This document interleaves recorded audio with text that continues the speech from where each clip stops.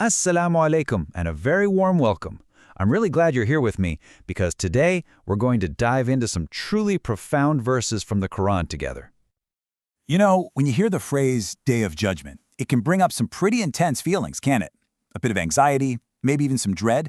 But what if these verses from Surah Taha are inviting us to look a little deeper?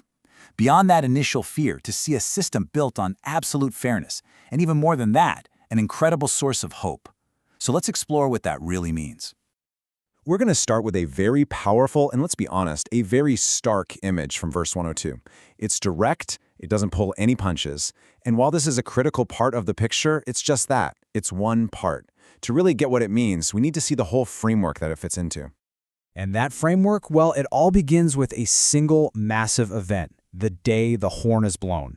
This is that moment when all the world's status, all the pretense, it just melts away. It's the ultimate reality check for everyone. So what exactly is the horn? Think of it like the moment the curtain drops on the big play of our worldly life.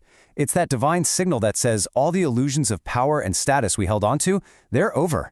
Any arrogance, any denial, it just crumbles in an instant. And the one true authority, God's authority, is made absolutely clear. It's the moment of total clarity for every single soul. On that day, there's just nowhere to run, and there's no room for arguments. The Quran uses this specific word, mudthinin, to describe how the criminals will be.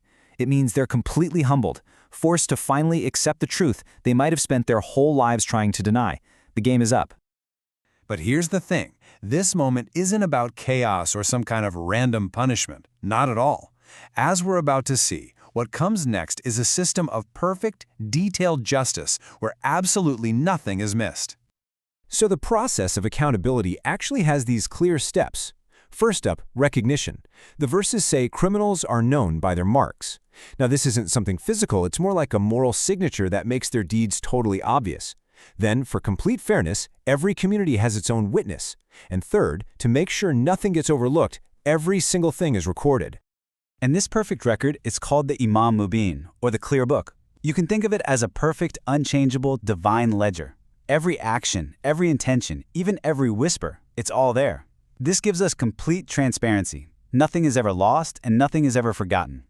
In this verse right here, it just perfectly sums up the core principle. The whole point of all this detailed record-keeping is to make sure that no one is wronged. Justice is precise, it's proportionate. It's a system designed for ultimate fairness. Okay, but perfect justice is only one side of the scale. And this right here is where the message of Surah Taha really opens up and becomes so beautiful. We now get to turn to the other side, the incredible weight of divine mercy. And here we see two totally distinct paths, and they're both rooted in our own choices. On one hand, the verses are crystal clear. Punishment is a direct result of specific actions like disbelief and wrongdoing.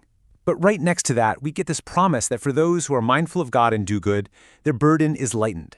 It's a system of beautiful, perfect balance. The Quran even brings this principle right into our lives right now. It explains that the hardships we sometimes go through are the result of what our hands have earned. A clear cause and effect. But, and this is so important, that is not where the story ends.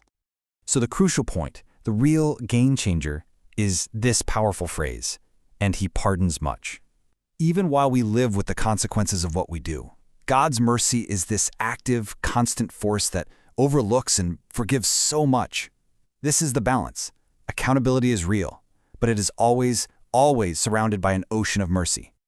So knowing all this, knowing there's a system of perfect justice balanced by this overwhelming mercy, how are we supposed to respond? Well, the surah doesn't just leave us hanging. It gives us a clear, practical guide for how to worship.